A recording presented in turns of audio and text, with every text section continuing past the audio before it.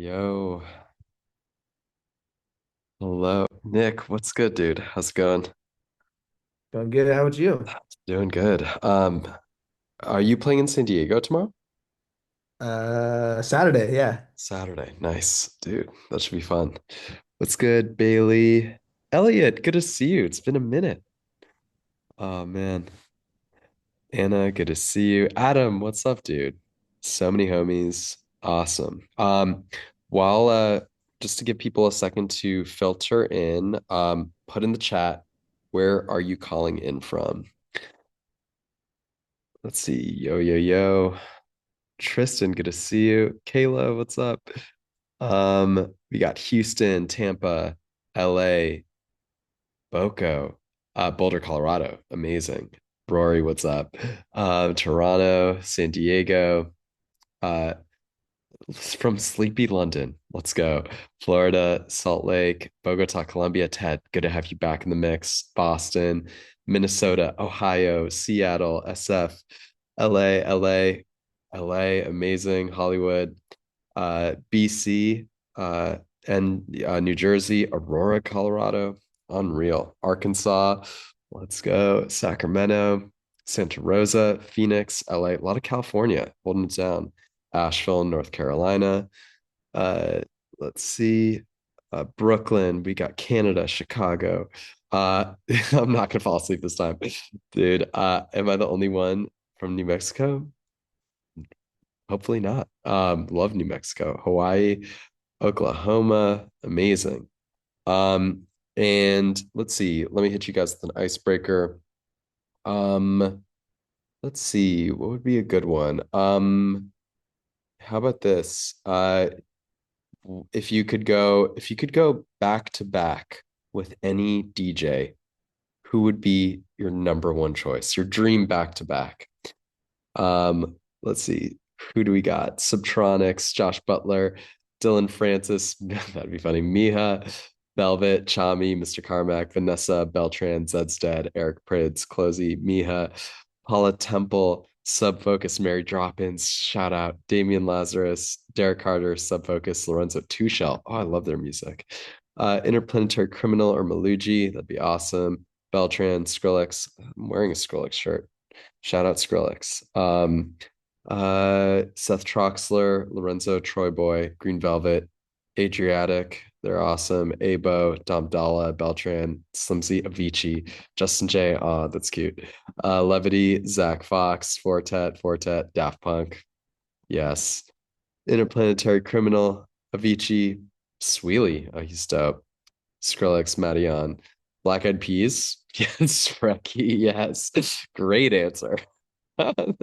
Grimes, Claude, Fred again, AK 1200, Peter Goodwin, Miha, Charlie, Justin, let's go, Zed's Dead, Bucky, shout out Bucky, Hippie Sabotage, Tame Impala, that's a cool answer. J Mart, Sam Galatry, Grimes, uh, T-Pain, Badger, unreal.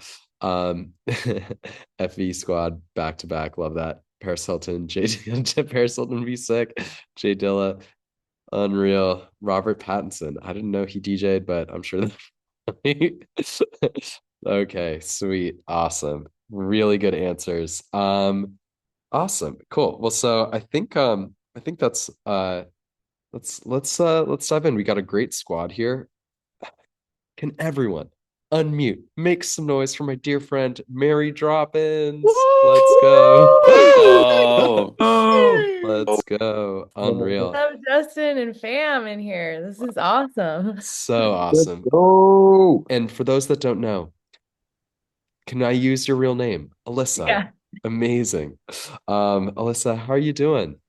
I'm doing great. I'm just chilling, was working on some music, doing some calls, all the biz stuff, and now I'm got my red lights going and talking to the squad here. Life's Let good. let's go. I'm so stoked that you're able to hop on and join us. Dude, I'm so excited to chat. We've known each other for so long. Do you remember, can you share the story of like how we first met? Yeah. So, well, we didn't technically meet first. I knew of you first. Hmm. I it was like maybe like 2012, maybe. Hmm. Hmm. I went to a USC party. Like I'm from Nebraska, but I went to a USC party and you were DJing at some like little like TP frat situation. I don't know Uh-huh. what was going on, but Uh, you're like the first DJ that I ever really got to see. that's crazy. Yeah, so I went to that party and I was like, this is so cool. Like I really like this like culture and vibe because coming from Nebraska, like I didn't go to like a lot of EDM shows or the DJ culture was more like they were like DJs at the corner bar doing like scratching or wedding DJs. Hmm. So yeah, it was really cool to see that. And then we actually met officially at Le Cave. And I think, did I send that to you? It was like 2016, the picture 2017. Something like that, yeah.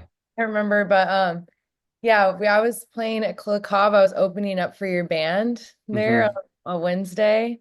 And yeah, I was just like so stoked to get to play before you guys and that and you were like super cool. And I sent you the photo that we got that night. I'm glad that we had that because now like Yes. it's cool to see this like where we're at now and how our friendships developed and collaboration and all the fun we've done. It's crazy. And yeah, like I remember it so vividly.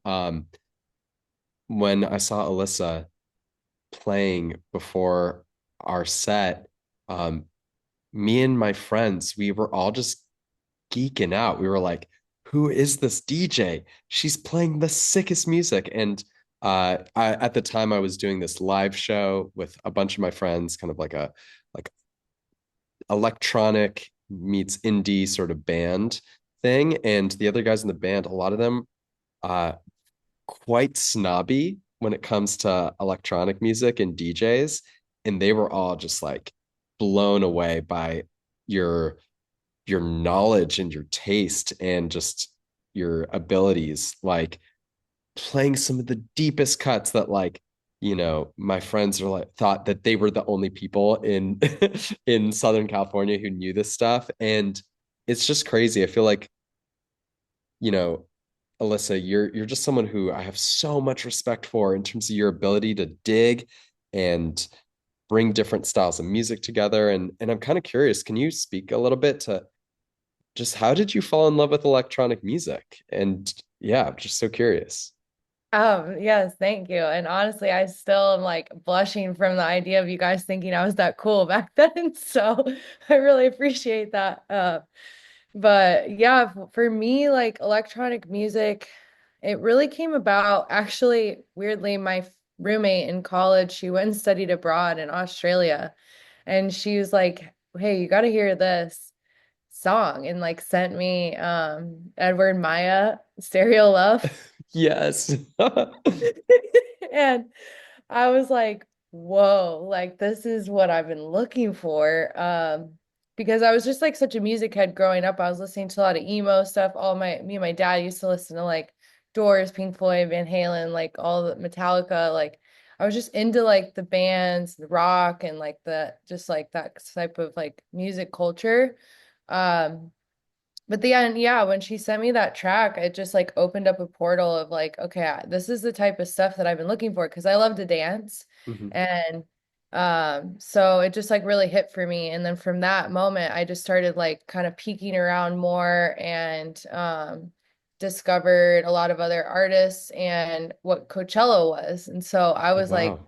I went to Coachella and actually my ex at the time, his dad worked for like the security company that does Coachella. So he got us like VIP passes. Sick.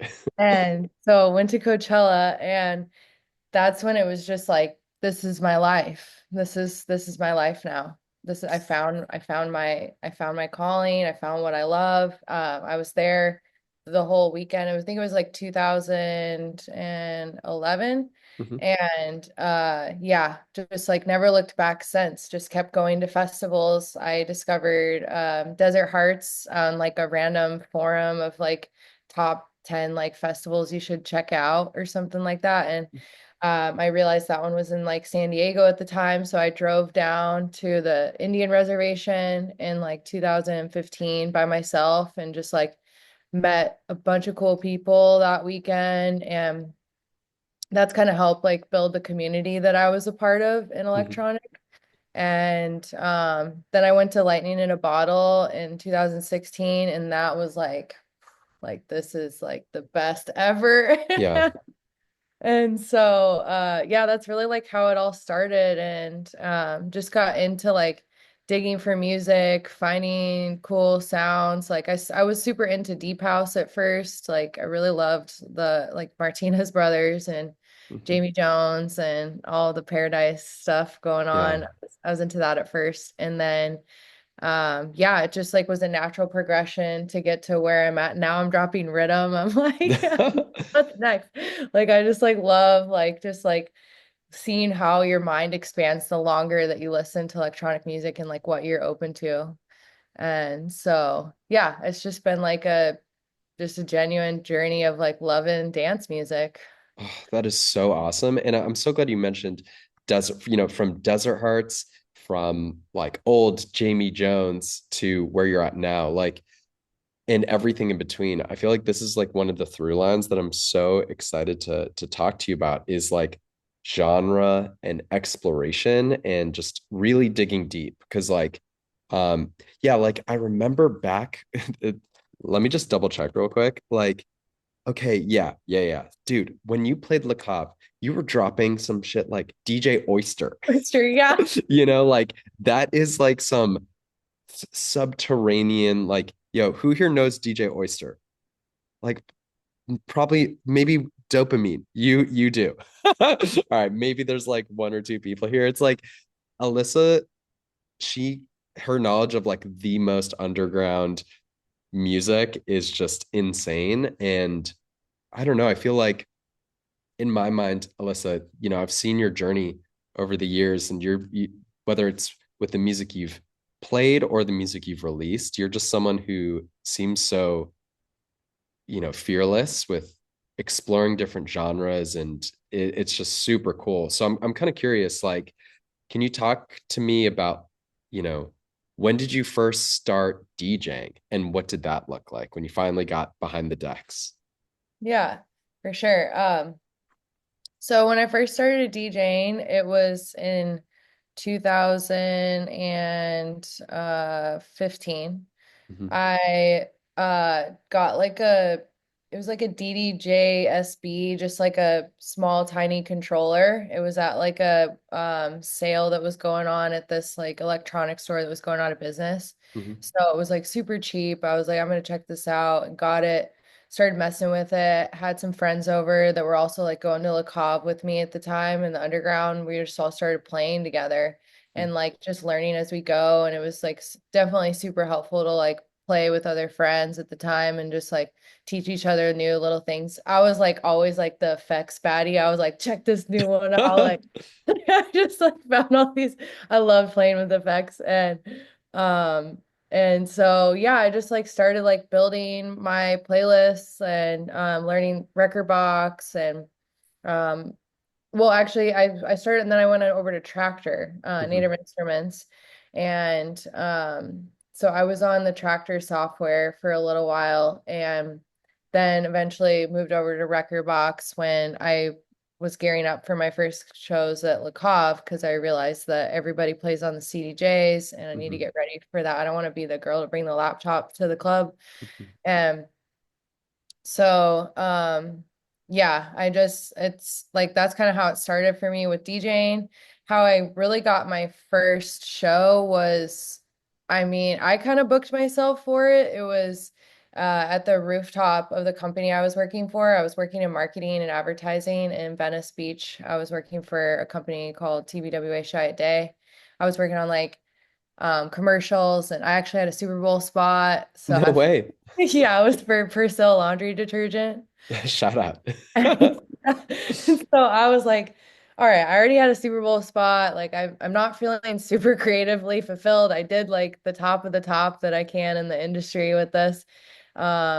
I'm looking for another outlet. And I was actually going to school at the time for art direction and graphic design because I was just going to go more into that realm in advertising and just wasn't feeling happy. I remember I called my dad and I was just crying and I was like, I'm just so unhappy in my job. Like I see all the creatives like meet and have these cool like collaborative like brainstorm times and like I'll chime in, but I'm like the account manager, so I don't really get to like be a part of like the whole fun of it. And I have ways to go to get to the art direction side. And I had just like started DJing and I was like, this is gonna be my outlet. Like I'm gonna use this to like feel whole so I can have a creative outlet. Um yeah, so then they had a summer party going. I was on the culture committee, so I was planning the summer party for the company and they're like, "We need a DJ." And I was like, "Cool, I got one." And they're like, "All right, sweet. Can you put the name like on the flyer?" And I was like, "Yeah, for sure." And so I put Mary Droppins because everybody at work knew me as Alyssa.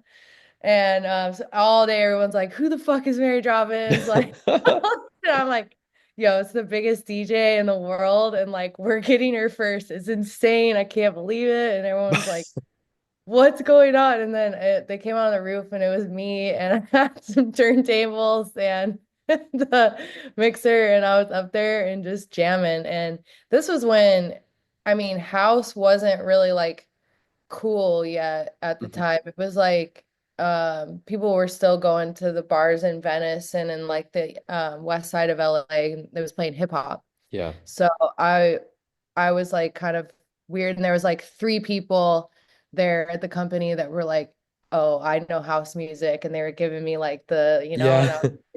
and then I was like, "Okay, like I feel like all right, I can do this." And those three people, they ended up inviting me to come DJ their house parties. Uh-huh. Like, I had like a Cinco de Mayo party, one had a dinner party, and then someone else heard about it and asked me to DJ their birthday party. And this was all like in Venice on the west side. Mhm. And so I was just playing for people's parties every weekend, and that's kind of what built up for me. And then I went on Facebook Live Uh-huh. and did a live stream at Loyola Marymount, the college. Yeah. They had a radio station. It was Mystic Pete. And I went on there and I like live streamed me playing some songs on the radio. And the promoter at Le Cave saw Oh, no my, way. and he was like, "Hey, I want to give you an opportunity to open up here in like a couple weeks." So I got to open the room at Le Cave, and that was like my first like big official play. And it wasn't for your set. I was already a little more seasoned by the time I got to open for you. But so yeah, that's kind of really how the DJ trajectory started. And then I started throwing my own parties with one of my friends that I worked with on the west side of LA at the Brig in Venice on Thursdays. And we were the first to bring house music to Abbot Kinney. Let's go. And so we had a line out the door on Thursdays, and it was a really cool time to like have done that. So yeah. Alyssa, that is so crazy. There's a couple of things that I just want to highlight that really popped out to me. You know, with what you said when you were at your, marketing advertising job and, you didn't have that creative outlet. It's just, I've heard, people say that if you have that creative spark within you and it doesn't have an outlet, that like everything in your life can be going well on paper, but it'll feel like something's missing or feel like you're trapped or something. And Yeah. yeah, I don't know, like it's just so interesting that like you you mentioned you were on the phone with your dad in tears and then figured out a way to kind of express yourself and find that outlet. Is that fair to say? Yeah, definitely. I was on paper everything was perfect. I was in a very serious long-term relationship. I had just moved to California. I had like everything all set up like and I had a sick job with salary, health insurance. Everything was like perfect, but didn't feel good inside. I felt like I was just like going through the motions and I wasn't able to fully live in my truth. I felt Mm. like in a weird way.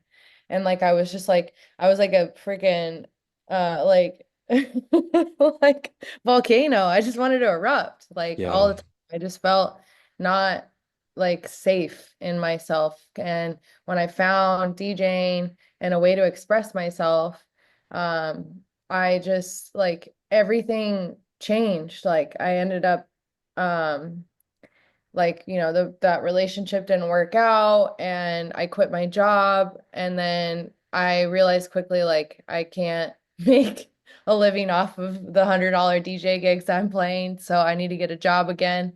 And so then I ended up going back and getting another job, moving out, getting my own place. And then I got fired from that job because they're like, we can tell you don't want to be here. All you do is DJ around downtown LA on Wednesdays, and we have meetings at 7 a.m. the next day, and you're like half here. And I'm just like, I just remember, I just like when I got fired, I can't tell my parents. They're gonna make me move home to Nebraska. And what am I gonna do? So I just like I went to the beach, cried, like I'm just like I have to make this work. Like I gotta stay out here. I gotta keep pushing. Can't go back to Nebraska and figure out this DJ stuff there. And so then I went home and I'm like, what do I do every day? And I'm like, my tractor was just literally staring at me. I'm like, I play on my tractor every day. Like I need to do something. So I went on to LinkedIn, and there was a job that I was fully qualified for with Native Instruments. Oh, no So way. yeah, so I was like, oh my gosh, I'm gonna apply to work at Native Instruments with my marketing background. It was a marketing job. Mhm. And I applied there. And then actually someone that worked there had worked with me like indirectly at Chiat when I worked at the ad agency. So she was like, oh yeah, she does a great job, like gave a stamp of approval. I went through the whole interview process and I got chosen for the job. And I was like, we're gonna freaking do this. Let's go. Wow. So I got into the Wow. music industry. That is so crazy. And, just want to pause real quick. Like, I don't know. I feel like, Alyssa, just, what you said about being the volcano ready to erupt, and feeling like before you were able to like seize that creative spark. I mean, like, give me a thumbs up if you're in here and you can relate to those feelings of just like, oh, Oh, like needing that creative outlet. It's like, I'm sure every single person here can. And it's so inspiring, just the ways in which you've followed your heart. And yeah, just to hear these insights about like you getting that second job and it didn't work and having to navigate. Because I think your story is just it's so inspiring. Just to put everything in context, um, when when did this all happen? Like you first like starting to DJ and quit this first job, like how long ago was that? it was 10 years ago. This all started. I started working for Native Instruments in 2017. Mhm. And yeah, I started DJing in 2015. So yeah, about 10 years ago. It's unbelievable, right? So it's like, and I'm kind of curious, like I don't know. This is kind of like a maybe a weird question, but for anyone who I feel really inclined to ask this, if you've been a fan of, Alyssa and Mary Droppins, what year did you discover her? I'm just so Oh curious. Could you yeah, put I'm that in the curious. chat? Like, uh, when did you discover Mary Droppins? 2023, 24, 2019. I love how we have some OGs. 2021, 2023. Super cool. 2025. Definitely a lot of like homies who've been a part of the journey for a minute. Shout out EOS Lounge. Let's go. Early 2025. Um, Super cool. Obviously, there's like a lot of people who, have been following you for a minute, but it's just really interesting because I know right now all of these amazing things have happened in the past year. Is that fair to say? Totally. Like the last year, I felt it like the just jump in, just even in myself too, and like knowing who I am and really stepping into my power as well, I felt. Mhm. But yeah, I've seen like some people like she came out of nowhere, stuff like that. And it's like just because I like popped up into your algorithm at Mhm. this time doesn't mean like there I don't have, my skin in the game and what I've been doing and so it is like it's interesting to like the perceptions on the internet of like just not, seeing people like pop up on your algorithm and you just assume that they just are here out of nowhere or like they you don't understand the journey that it took to get here and stuff. And so it's just it's cool to have conversations like this because it's not always like the easiest way to be like, okay, guys, like here, this is my story. I'm gonna sit and tell you everything right now on a Instagram post in 30 seconds. Here we go. So, uh, 100%. yeah, it's like I appreciate you having me out on this call to be able to share my story and where my beginnings were. And yeah, it's dude, you're giving me goosebumps like to hear all this because, you know, I think what some people might imagine is like, I quit my job and then 6 months later touring the world or something like that, Yeah, and like it's like I love how your story is like your oh man, your just level of determination is so crazy. Like you are just such an unstoppable force. Like, you know, getting that second job, no, it didn't work. Finding the native instruments gig, like, could you speak? I want to like rewind the clock back to that time. Could you speak to what it was like juggling your artistic stuff with the day job, native instruments, and what that looked like? yeah, for sure. I mean, that's like I feel like the biggest advice I can give to people is never give up for real. Like Mhm. that's what I go off of. If it doesn't work, you find another way to figure something else out, or you just take it as a blessing that that door is closed and something else is going to open and that's more connected with you and your higher self. And but yeah, I when I was at Native, it was really cool because they understand DJs and Yeah. there's everyone that works there wants to be a DJ or is a DJ. So me coming in and having, my local gigs in LA and I was getting some in San Diego, and having that, they were totally understanding about it. As long as I showed up and it made having them be understanding about it helped me want to even work harder for them because I felt like I didn't have to hide this other life, like I was kind of in the last job that I had that I ended up getting let go from. And I could be Mary Droppins at work too, and they Yeah. were totally cool with it. And Mhm. so they I actually just like started really sharing more and more about my experiences at work because it was also helpful in our marketing discussions. I love when people are saying I know, I just saw that. What would Jesus DJ? That's so good. That's sure. amazing. And so yeah, I ended up kind of integrating my project within Native Instruments because I was like the lead instructor for Tractor and giving demos. So I was going out on the ground to NAM, to I went to Music Week and had like booths set up and was explaining how to use Tractor or Machina. And I put on my NAM lanyard, I put Mary Droppins. Like Mhm. no one told me I couldn't, and I was just politely, respectfully sharing who I am. Mhm. And no one was like saying like you can't do that or anything. So I just kept rolling with it. And then they ended up doing like a video demo with me on some plugins that we were using and like I did it as Mary Droppins for Native Instruments. So they were starting to integrate me as an artist.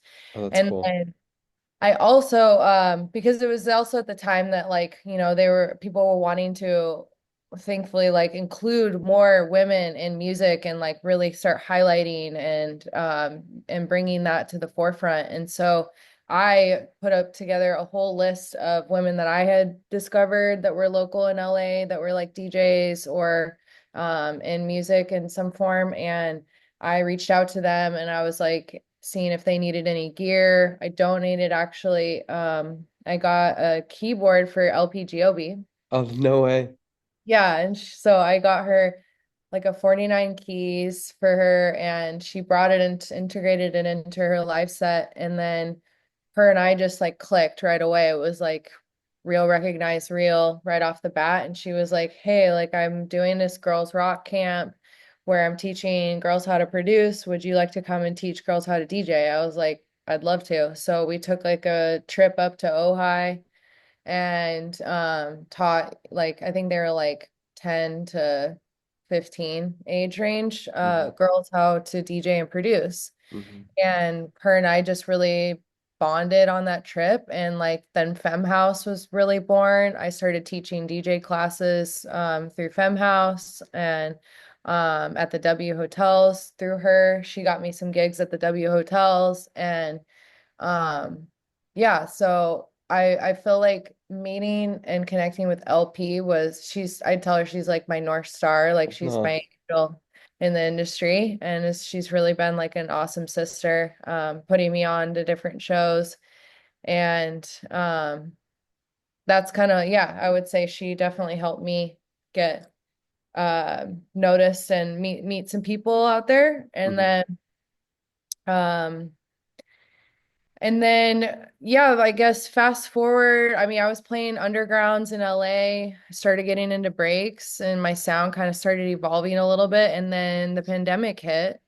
And right before the pandemic hit, I was like, all right, I'm getting $300 a show. I got 4 shows a freaking weekend. Like I was booking out. Like I was like, we're going all in. I'm going all in. Like if I don't go all in, then and then I'm never gonna be able to do this as a full-time career. I like had this whole spiel going. I quit my job at Native. They had a No huge way. party for me because they're like, oh my God, like you're doing the dream. Like you're Uh-huh. quitting to go full DJ. We all want to do that. And I'm like sitting there like, yeah, like as if I have it all figured out. I had no clue what I was gonna do. I didn't have an agent or a manager or anything. I didn't even know you had to have one of those at the time, like honestly. Hmm. And then yeah, so I quit. I had like gigs lined up for the next month, and actually Desert Hearts reached out because they needed help with some social media stuff. Hmm. And one of the guys I had worked with at NAM recommended me, and I was like, oh, maybe I should take this on for a little bit. And because it was like I could work from home. It Hmm. was like kind of just more hour based instead of being like full time in the office 9 to 5. And so I took that job and started with them for a bit. And it was like, obviously, I'm a huge fan of the festival. So I was just like freaking out, excited to get to see what it's like from the inside. Hmm. And yeah, then pandemic hit and everyone at my job got to work from home. And I was like, dude, I should No. have stayed. No. And, and then I was working for Desert Hearts, which it was good, but like obviously the pandemic was going on, so we didn't have much going on Hmm. for it. And then I helped plan I think it was the last like City Hearts it was, and I was working on that. And I just really learned quickly I want to be the DJ. I don't like working on the logistics side of things of the festival in the back end.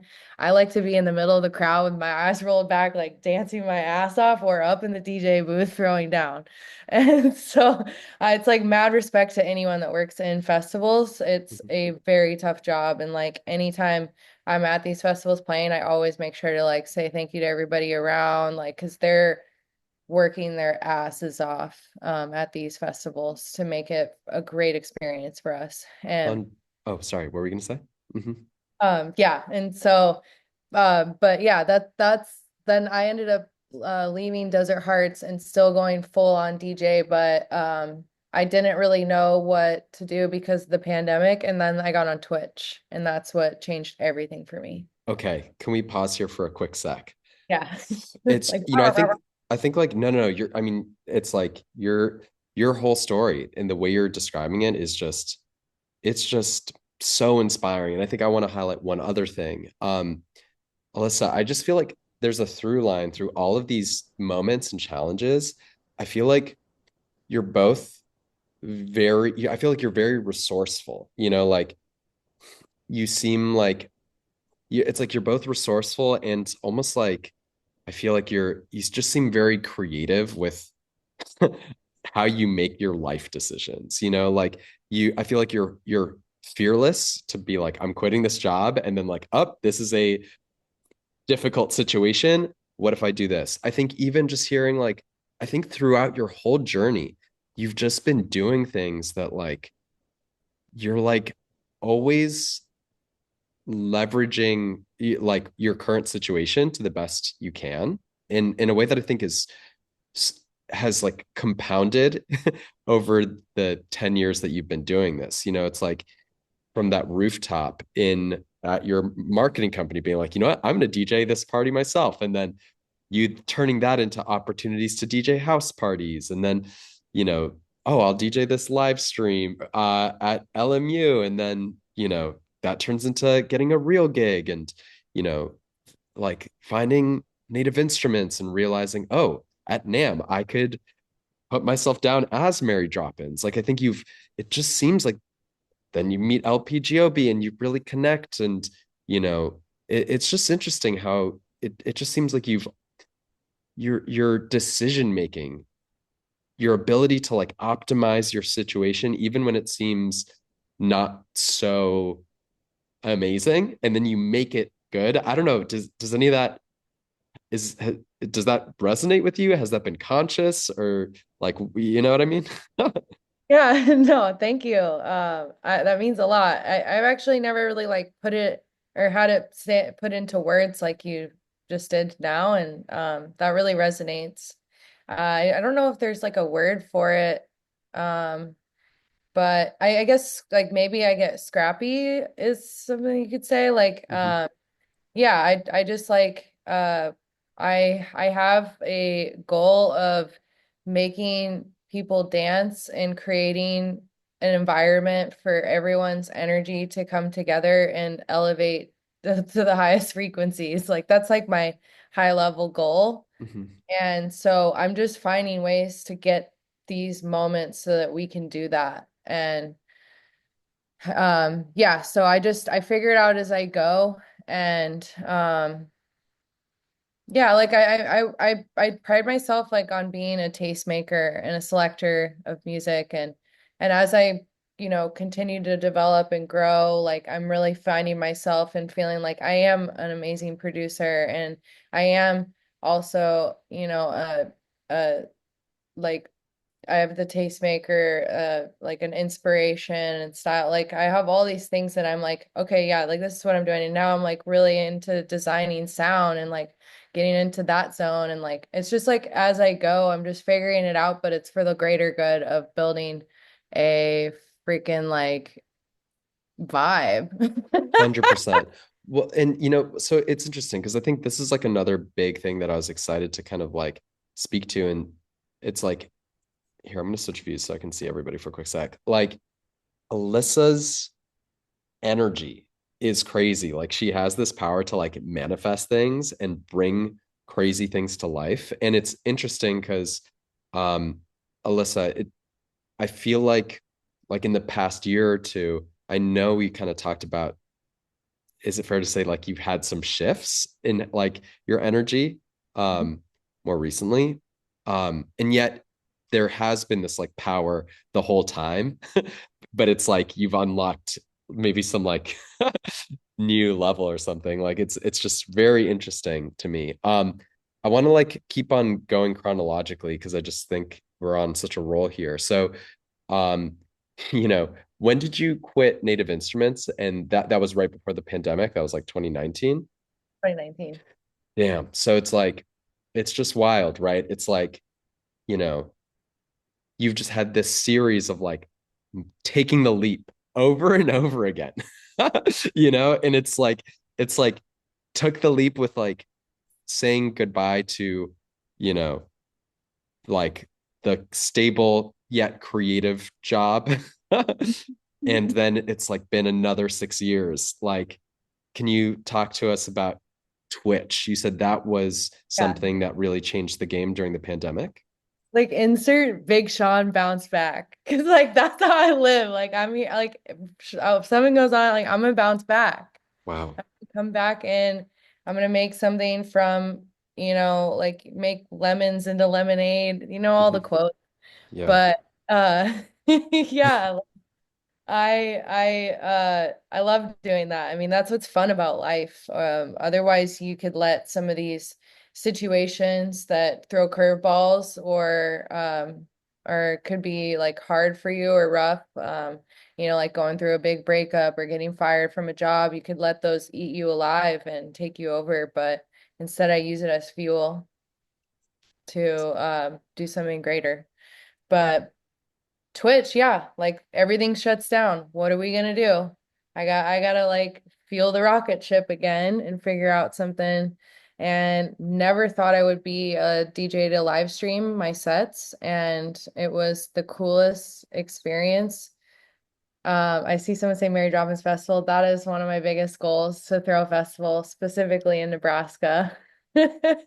And but yeah, I got on Twitch and started DJing on there, and I was on the what's it called, when the government was like sending us all money Hmm. or whatever during the pandemic. Yeah. I was like, that was what I was using to help pay. Yeah, EDD. I had the EDD thing going on, and yeah, simply Jack, I had that going, and so I used some of that to get gear for my Twitch setup. I got like like a camera and everything, like some cute lights, and just kind of put together a little setup. I had a friend at the time, Elida, she also was setting up her Twitch. And so I was able to, bounce back and forth with her to figure out the technicalities of all this, because it was just a different setup than what I'm used to with just like setting up my CDJs and like going on Ableton. So I figured it out with her on Twitch, and then we just were live streaming. Like I would have some friends over.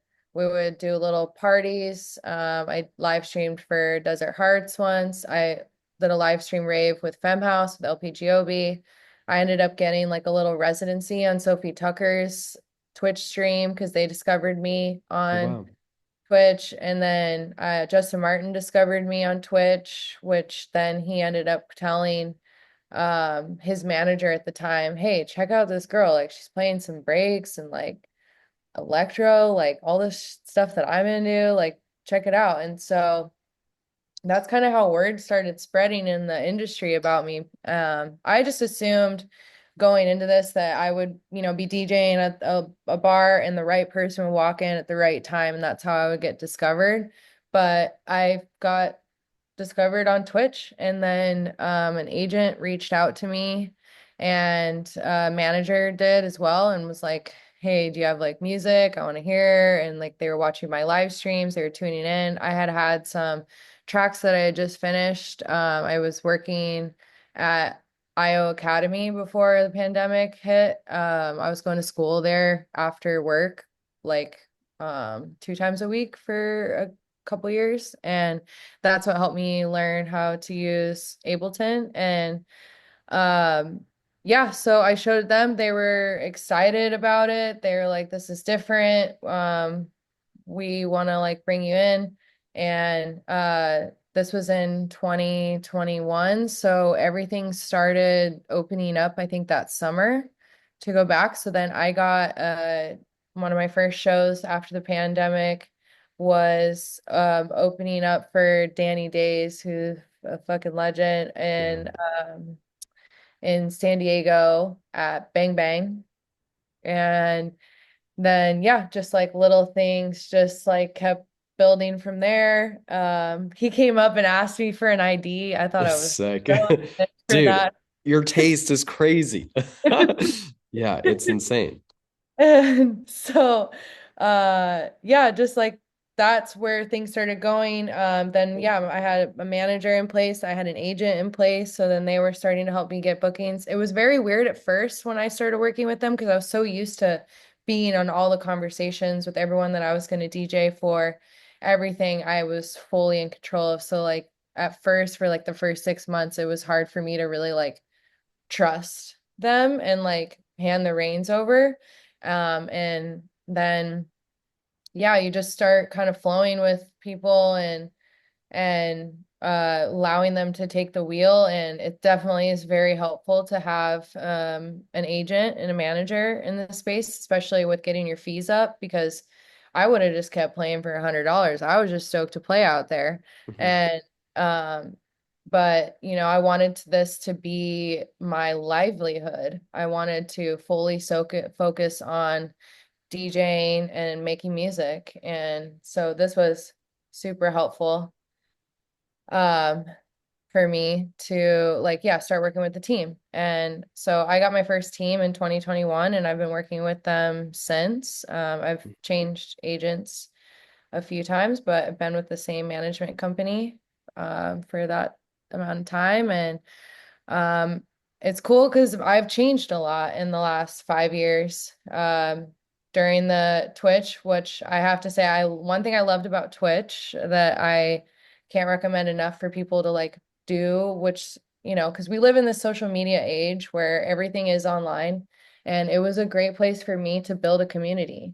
So I was Hmm. able to really like start building in with other people that were liking the same music as me, really liked my vibe, and I was able to see what kind of stuff about me stuck out to them. Like the Hail Mary full of bass was made up on Twitch. I never said that about Oh, myself. really? And but like they kept saying it in the chat, and I was like, dude, this is like such a good idea. So we ended up doing a party called Hail Mary full of bass in Long Beach this year and last year. And yeah, just little stuff like that. It's cool to like get your community involved and see what they think of when they hear your name and get inspired by. And then it also helped me get really comfortable with finding my sound and DJing, like because I just would sit on there for hours, like 6 hours and DJ, and it's like I could play whatever I want because these people are choosing to be in my chat right now. It's not like I'm playing at a bar or a party where I'm opening for another artist where I need to curate a special vibe to fit that situation. Hmm. I could just let it rip however I wanted. And that's when I started getting into more of the harder stuff and started like everything was becoming two-steppy, broken, like garagey, like everything was going that realm for me. And then it was just a gateway drug into 140 and then deep dub and like I was just getting into the dubstep zone. Now I'm like playing some bro step and then we're like dropping rhythm and then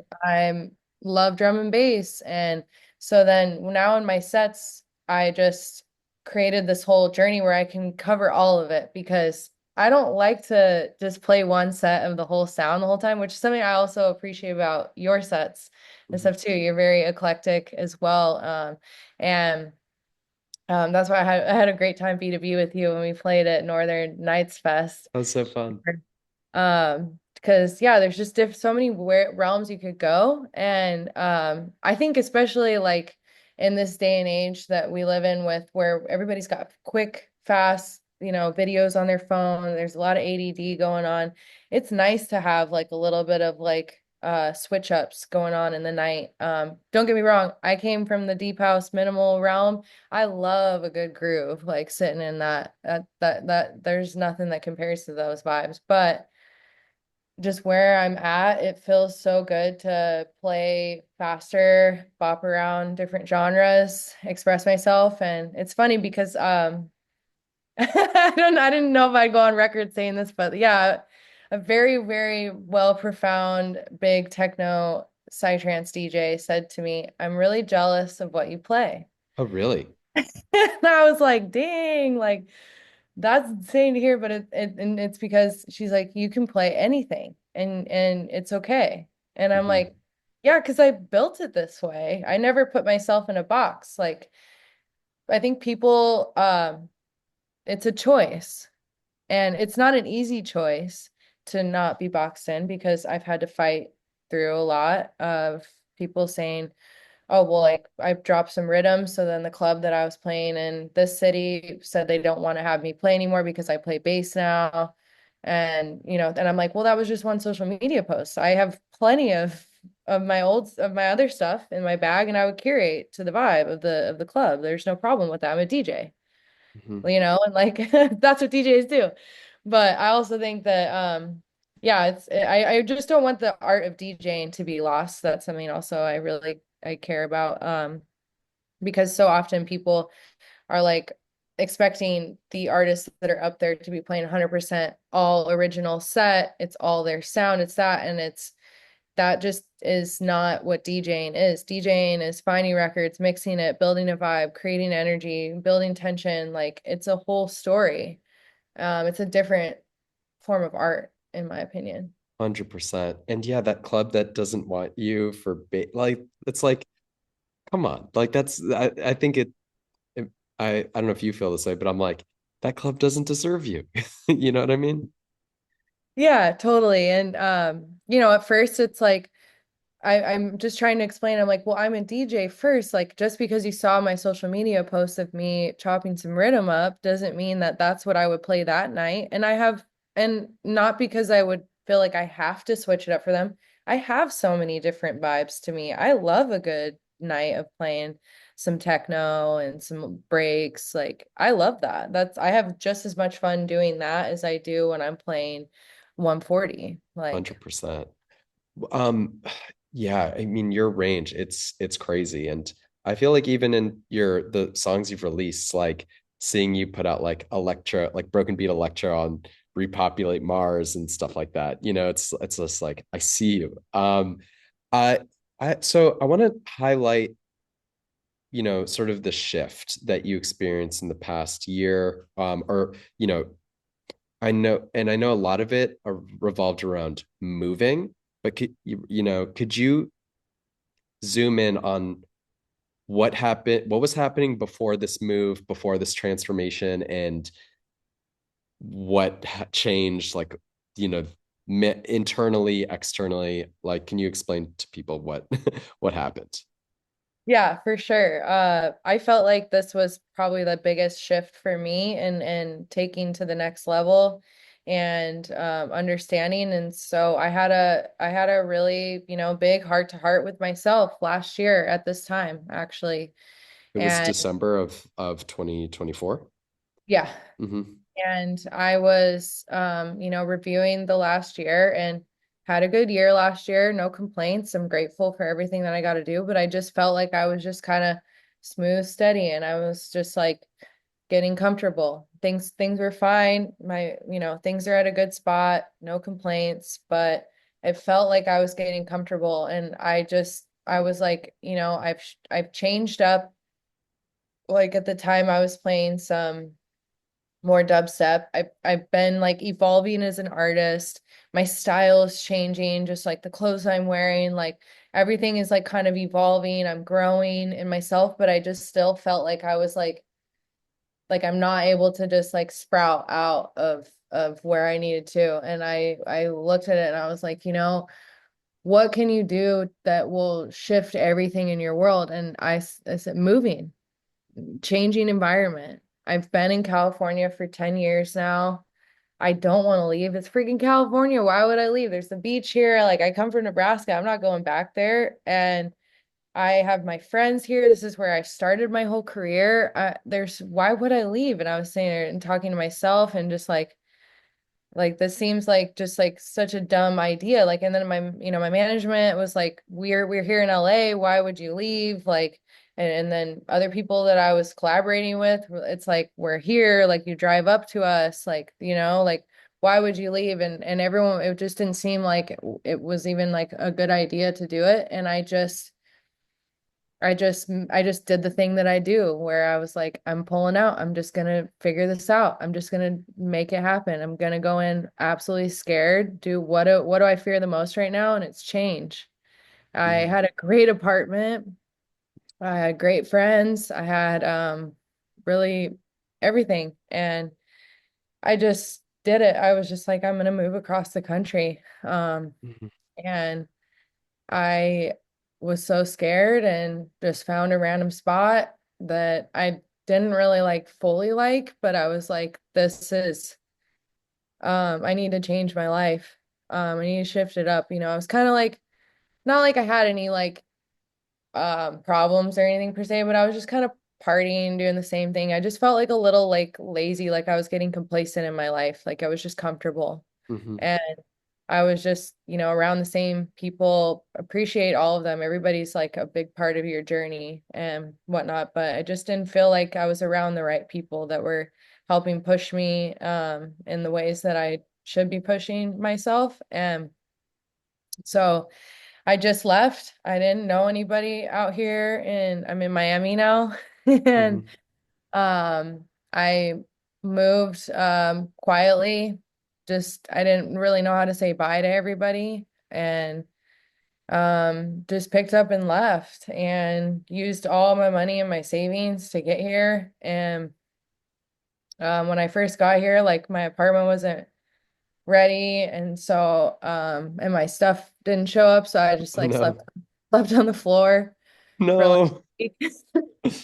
And I was just like, and I start hearing city sounds, and I didn't hear those where I was in California. And I was like, fuck. And call my friend. I'm like, why am I hearing all these like honking? She goes, you moved to Miami City. Like it's a city. I'm in a city. I didn't even know. Like what city? And then I just like I just like all I had was my bike, and I just started biking to the beach, and I had my laptop, and I was just making music, and I had a bunch of shows coming up still, and it was after a friendship cruise. I just went on the cruise, came straight here from the cruise. My stuff wasn't here yet, and I was just like, yeah, it was just kind of like a dark place I was in a little bit.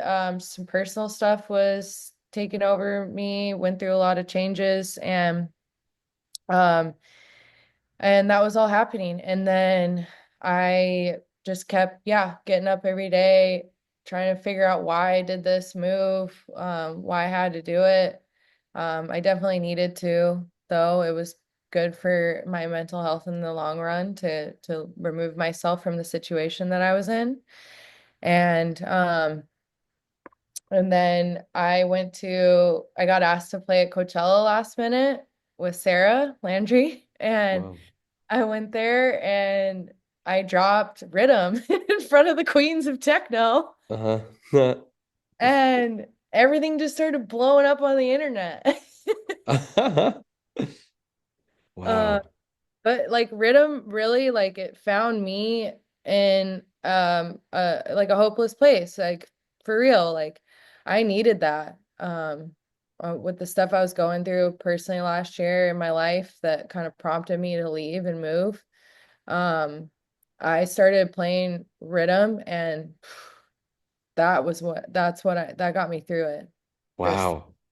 ripping that. So Oh, you know what? So, wow, I didn't realize this. Like, first of all, I didn't realize how intense the move was. And I love that Nick in the chat mentioned that you didn't have Wi-Fi for the first month or something crazy like that. didn't have Wi-Fi. Like So you were like, you're camping. You're essentially camping in downtown Miami. And look in the city, man. Like, dude, and just like go, I love how you just painted the dude, just, using up all your savings to move up across the country to a place that's like, you know, I think objectively not like the easiest place to move to. And like, just to hear how challenging that chapter was and how the music of rhythm like almost found you at a right place, like as like a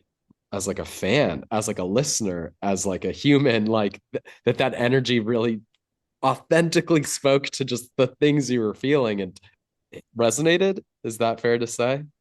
yeah, it did. I needed to tune out the noise that was going on, and The city noise, literally, so you could fall it asleep. literally the city noise, the fear, the right before you take the leap of faith, everything pulls you back. It says don't do it. It says you're making the wrong choice. Don't do it. Mhm, It always comes in creepy right before you're about to do the big change.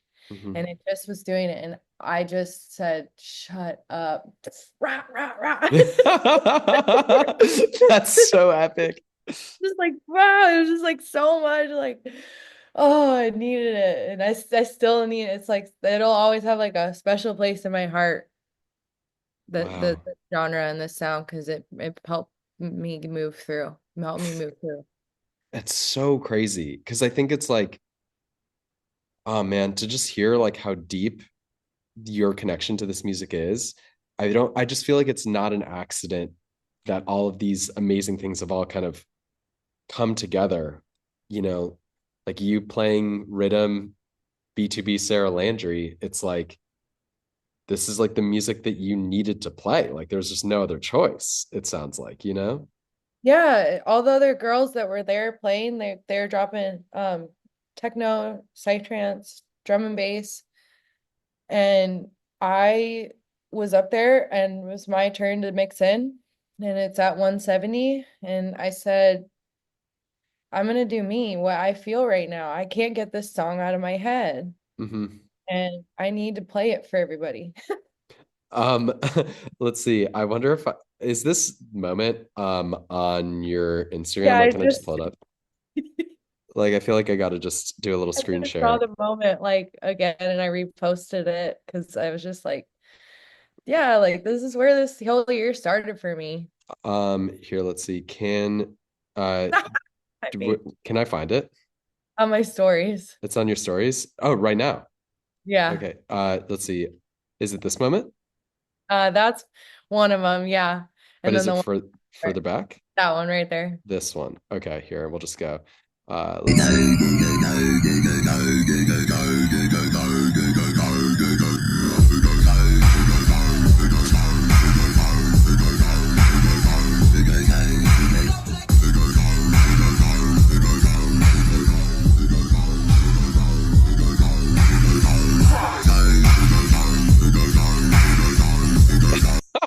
Unreal. Dude, what is this track? It's so sick.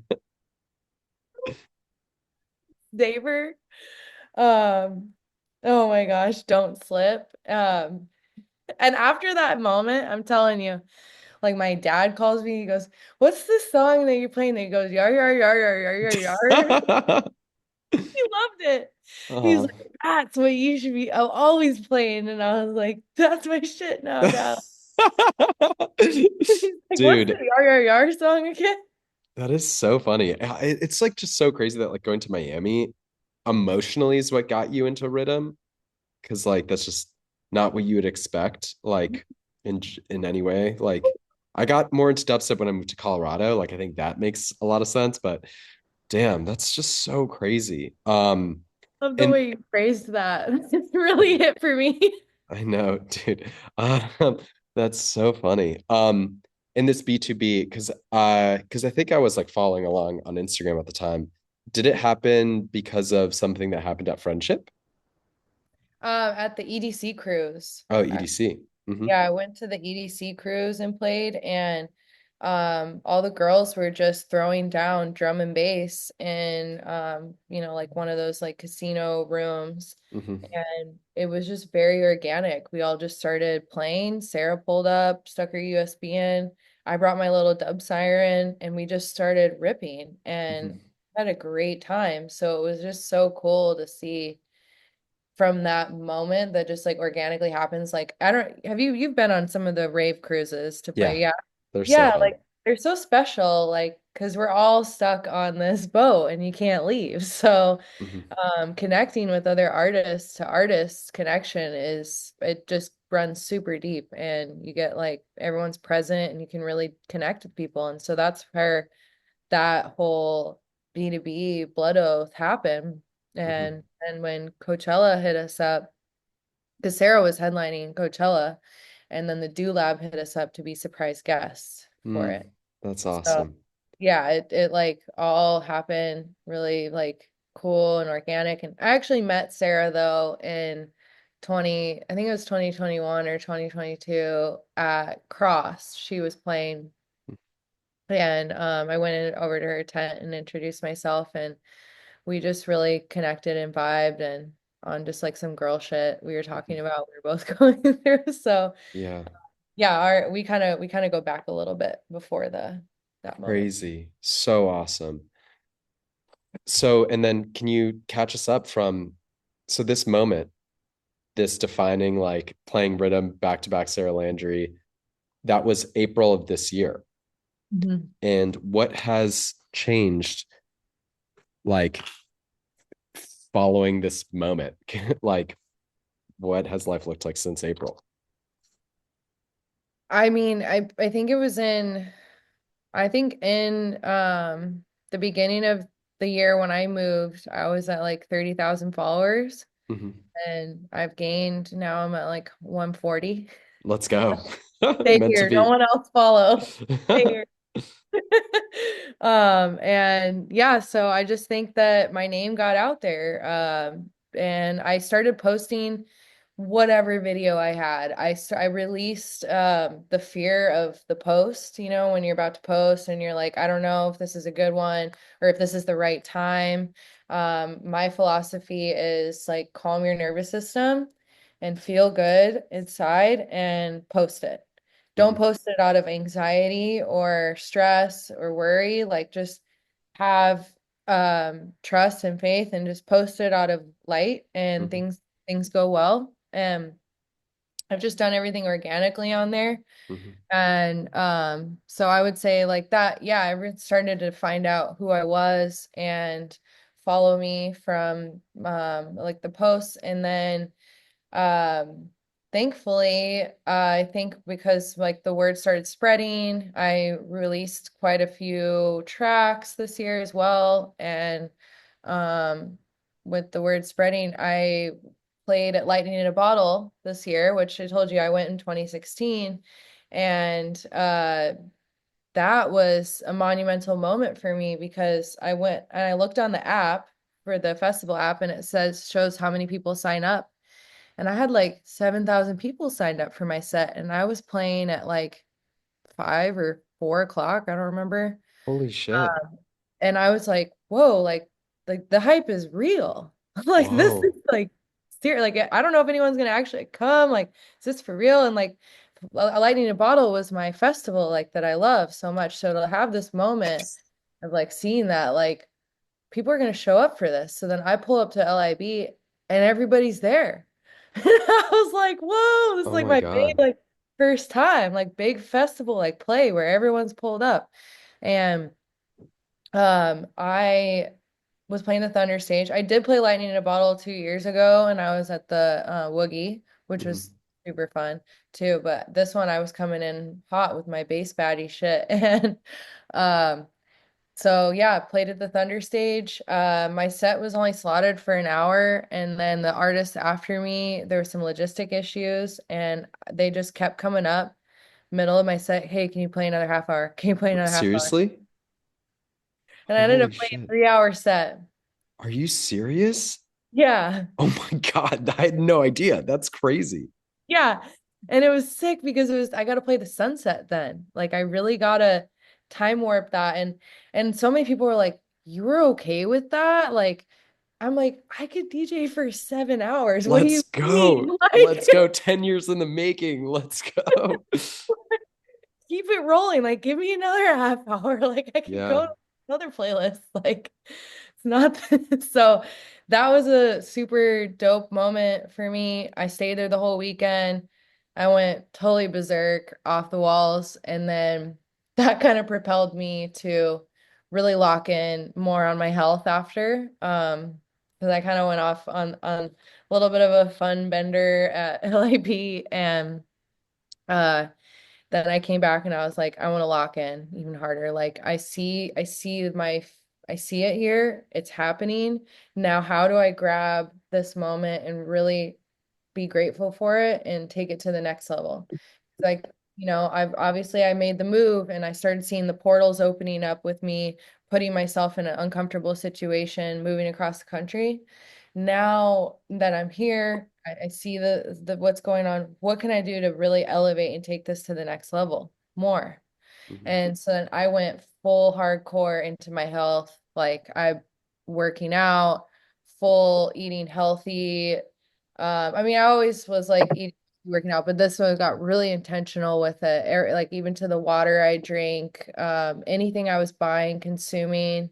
Um, I full on sober and just like everything that I was going on and still to this day since LIB, just full on committed to that. And everything is just leveled up for me since then. I've leveled up my business, my which was the hardest part actually, with DJing is the business side because I didn't go to school for like DJ business and I was working in other companies where they had the whole like financial department and I had a manager or someone telling me what to do, but when you're doing this and yes, I have a manager and an agent, but they work for me.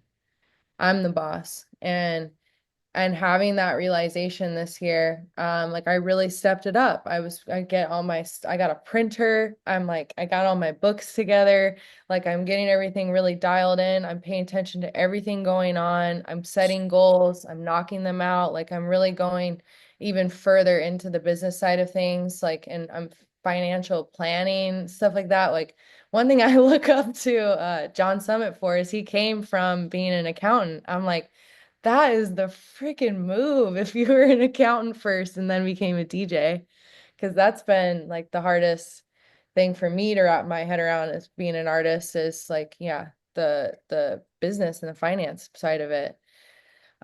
So yeah, I fully locked in and um leveled up more this year than anything. And it hasn't been easy. I've had many nights where I'm just like, I just want to like be lazy or give up or go back to old habits or um give in, but I'm fighting every day to just keep being my best self and showing up and I am seeing the rewards for it real time. So if I can inspire anybody to take the leap of faith or to lock in, I'm gonna do it.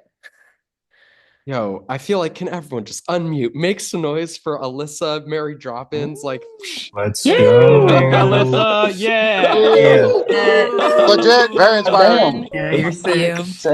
you, God Yeah. Alyssa. damn. Hey, girl. Hell dude, yeah, you're fucking Let's uh, awesome. go. unreal, Inspiring. unreal, unreal.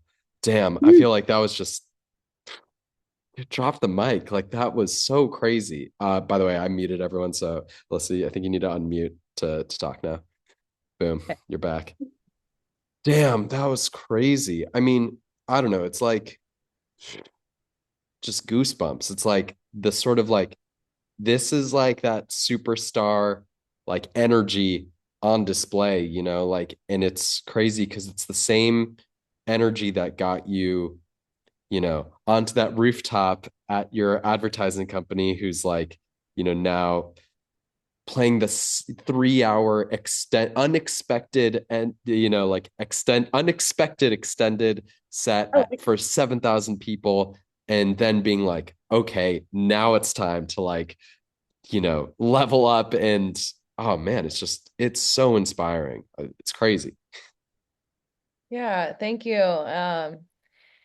Uh like yeah, it is about locking in, speaking it into existence. I remember like talking to other friends while we're coming up and people getting down about getting mad because they're only getting $100 for a show or like they didn't get this slot and getting upset. And I really do believe that, you speak your truth into existence. And if you're going to talk bad about yourself and like, I'm not anything or no one cares, that's going to be your reality. And unfortunately, because I just words are so powerful. And so, my favorite quote, it was my high school yearbook quote, is think like a child and let your imagination run free.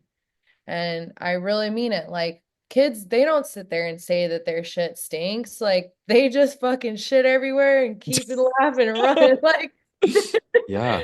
like, so yeah, I really believe that. And that's what I live by. And I'm not perfect. I have had so many things come in and want to make me question and do it, but that's when I really turn to just personally what works for me is my faith and having spiritual connections and taking time to be alone and ground and pray and whatever works like for me in that moment to connect to myself more and tap in. Um, that's what helps me get through a lot of those hard times, and then locking in more, like, instead of like letting the like darkness eat me up, I get up and try again harder and keep going every day. And so yeah, I just can't like tell people enough that like having that in your life is so important, especially in this career when you do need to be your biggest fan. And I am my biggest fan. And then, I've gotten to the point where I have some incredible fans and people in my life now that when I do have some of those moments of like, I'm not sure, they remind me now. So I've built that in my life, and that's what's cool. But I didn't have that when I first, for the first 5 years. I was like riding off of me and what I believe in myself.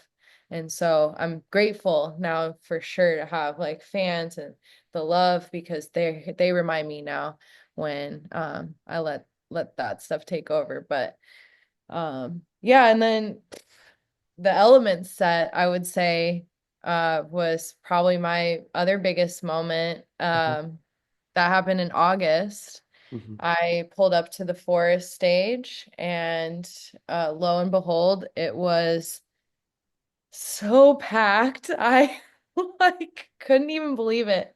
And can I tell you the story of me going to Elements? Yeah. So it was probably like my set of the year. Like I thought LIB was gonna be, but Elements came in quick and was like, no, this is your No set. way. Yeah. So going to Elements the night before, I played, I think it was like Summers and Smokeout in a random town in Michigan that you had to take two flights to get to, two flights to get out of, and they had no Ubers because it's a small town. And I go to the festival, I play my set. I have to be up at the airport at 5 a.m. because it's the only flight option to get to Elements. Mhm. And so I get back to my hotel at 1 a.m. I got, a 3 hour scary nap. Scary, scary nap to do. Can't barely sleep because Mhm. I'm just like, I gotta get to Elements. Something I just felt it. I felt it in my bones. And so I wake up at 4 a.m. to go downstairs for the arranged driver, like their cab system. And I go down there, no one's in sight. There is not a soul. No one's working the front desk at this random hotel. No one's outside.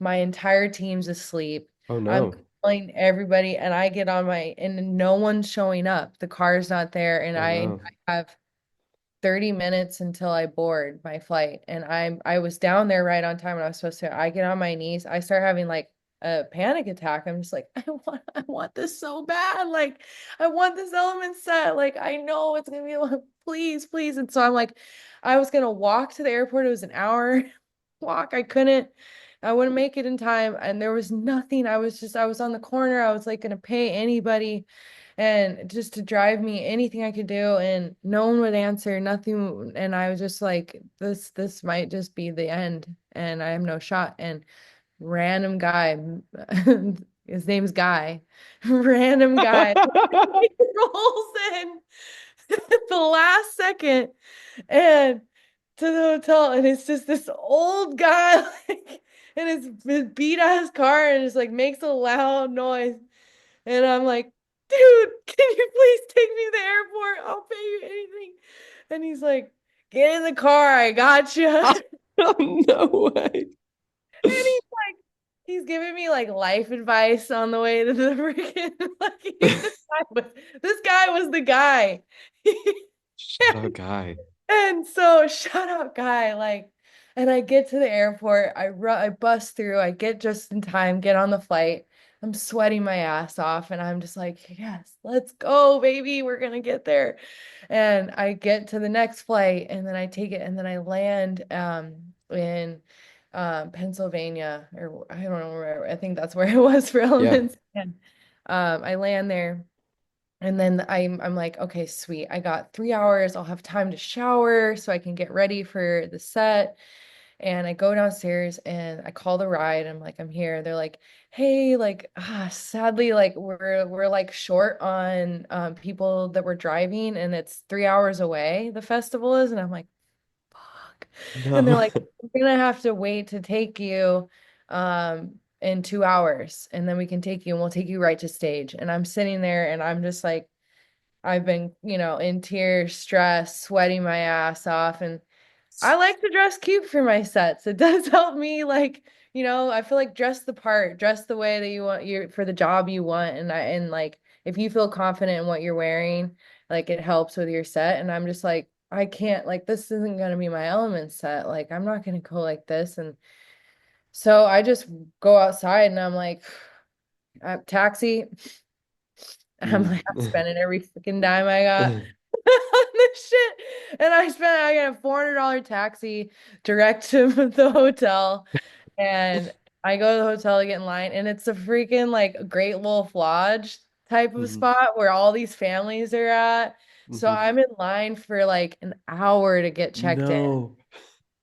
And so and then they give me the room, and it takes 20 minutes to walk to the room. And then I get to the room and I have 10 minutes, 10 minutes till they're picking me up for my set. And I just get ready, throw it together, put a little makeup on, and I get in the car and I get to set, and I get straight, they go straight to the set, and I get in and lock the fuck in. And I didn't sleep. I had gone through so much like pressure and stress from just worrying about not getting on a flight, having no hope. Like I couldn't call an Uber. I was out of my hands. And just like that flight anxiety sucks. And getting there, and then just I see there's like 7,000 people out here ready to rock. And I just, yeah, I locked in. And I'm telling you, that was the set of my life. Wow. So I wouldn't change a thing, even though I would have loved to have like a nice speedy rest, or like get to the festival like an hour or two before and bop around. But no, that was the set of my life, because I know for sure you've experienced it. But when you like have everybody like really locked in with you, and you can like, kind of like feel the energy, like the thickness of it, and like in the tracks, and you see everybody bounce at the same time, and you're like kind of, you know what I'm saying? Yeah. So I experienced that, and I didn't sleep for weeks after that, I'll tell you. Wow. Alyssa, I feel like you just took us off for such a ride. Damn. And it's like once again, it's just like you're so unstoppable. It's like you get in tears, like panic attacks, but you're not giving up. You're you're you're finding a way. If there's a will, there's a way. And it's like you're using every ounce of your creativity to make that shit happen. And just like it's just so inspiring. Like it's just so cool to see like your superpowers on display in just so many different ways, from like once again, like those challenges of figuring out how to like survive financially in Los Angeles, to then like how to navigate through, like, I don't know, just the like 5 a.m. pickup or whatever, and find the like you find Guy and he helps you, and just all this crazy shit. It's just insane. I'm just blown away.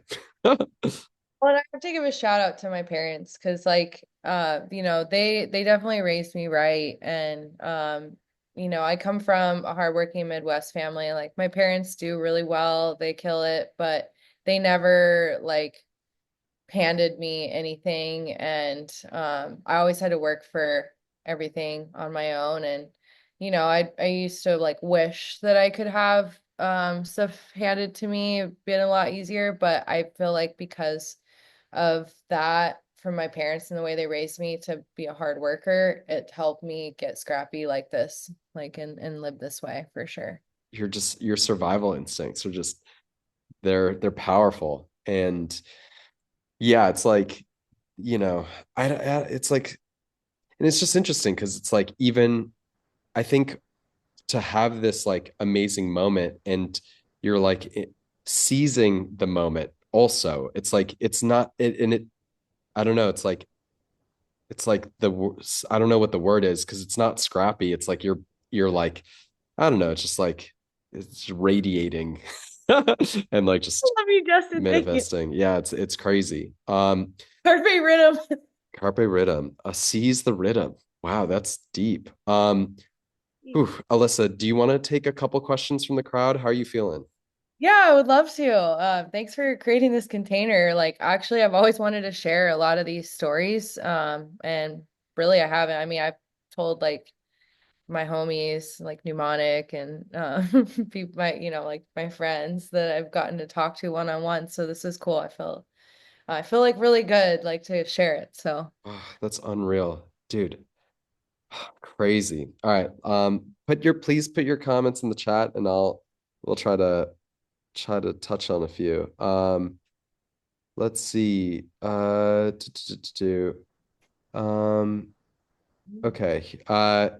Alyssa, girly from the Midwest here. I'm working in a 9 to 5 and it's sucking the soul out of me. I have never DJ'd and made my first song during the JJ 909 challenge. Let's go.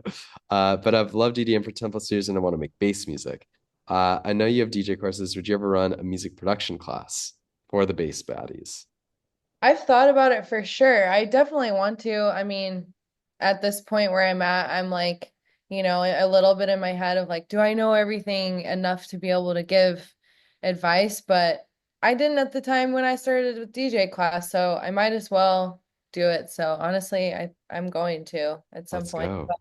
I will shout out my girl Shaw. She just opened up a one-on-one DJ course or production course for bass music specifically. And so I would hit her up directly if you're looking right away. She's great and knows a lot.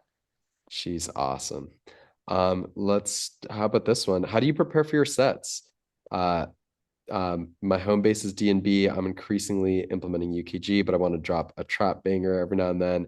I sent you a D&B track last week on Insta. How do you prepare for your sets, Alyssa? Yes. So I'm kind of in a bad habit where I love to just work on them, like leading like an hour up to even the set, because sometimes I never know what energy I'm gonna be in and kind of what vibe I want to set until day of.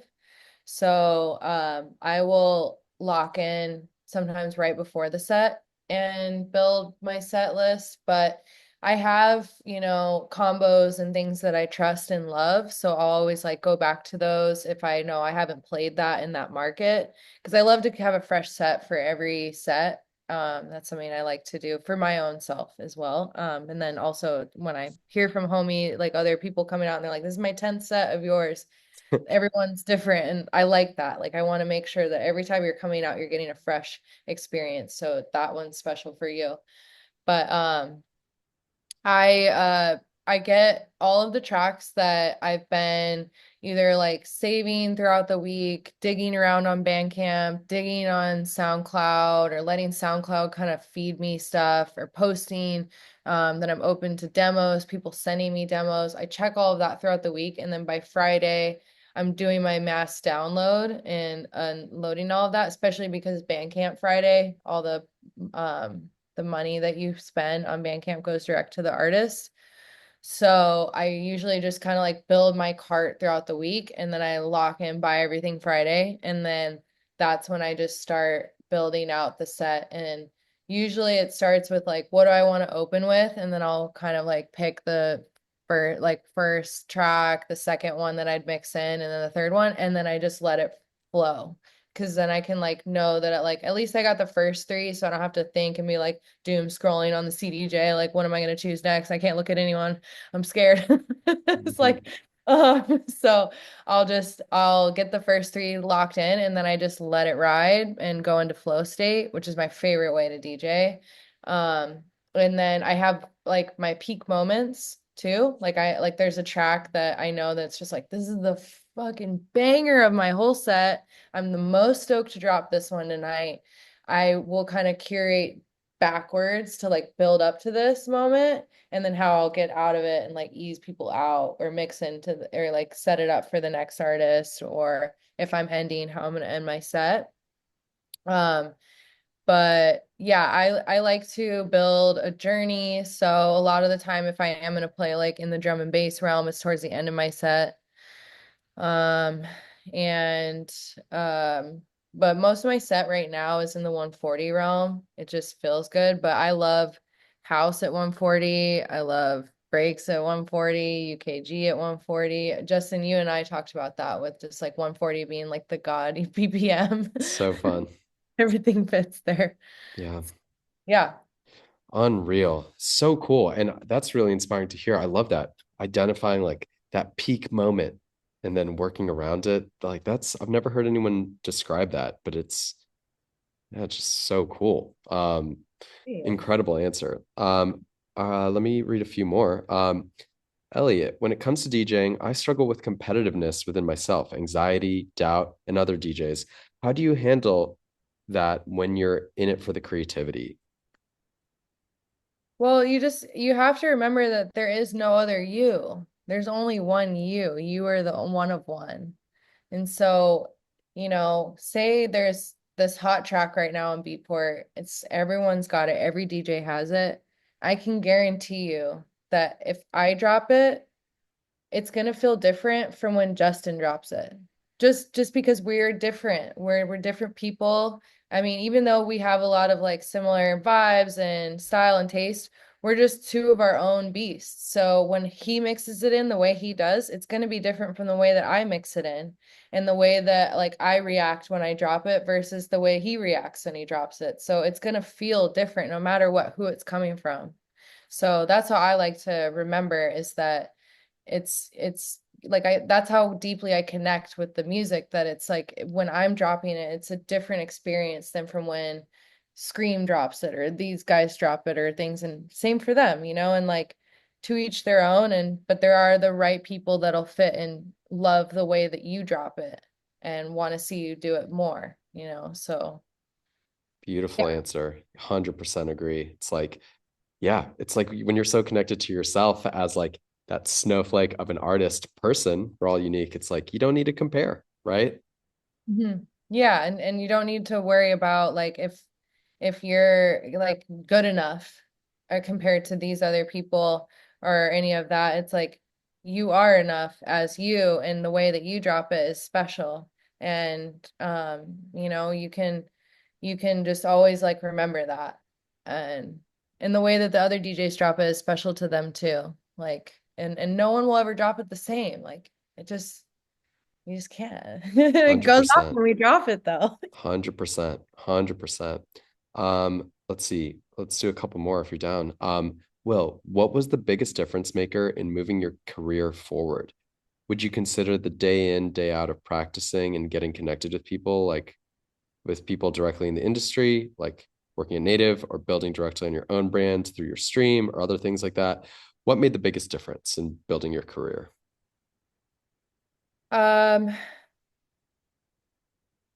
I would say, well, just getting discovered was probably the Twitch situation for sure, because I was able to actually have tangible videos out there of me DJing so people could see what I'm up to instead of just hearing a SoundCloud mix. They could actually see the way that I vibe and the way that I do it. And then me talking on Twitch, I was able to connect with my community so they could get to know me outside of just someone who's DJing. Um, so yeah, I would say that probably was the biggest for my career at the time. And then, everything else from that, it was individually, locking in within yourself and like growing. So Such a good answer. Um, you done to take a couple more? yeah, actually, I'm seeing don't stop Droppinz. Mary G, I saw someone stole your Reddit handle, tried to trade for it back to hand off, but homie wants 2K for it. Nobody got time for that. What? I Fair stay enough. away from Reddit. That place is toxic and a bunch of people conspiracy shit. That's fair. Um, let's see. Uh, okay, let's see. I lost questions. How's it marketing yourself as a no genre boundaries artist in this industry? It's been not like the easiest route, I will say, but I'm hoping with all the work that I'm doing, it can actually help other artists that want to do this in the future. So that the more doors I can kick down and push this narrative forward, that it just makes it easier moving forward as we go. But yeah, it hasn't been easy because people want to box you in. I've been cornered by some of the biggest artists in the industry telling me pick a lane or decide who you want to be or what is it, and and every time I say I want it all. Like I just want to fucking pull up and play whenever, wherever. And um so it maybe I maybe could be even bigger if I had gone very like narrow-minded and whatnot, but I wouldn't be happier.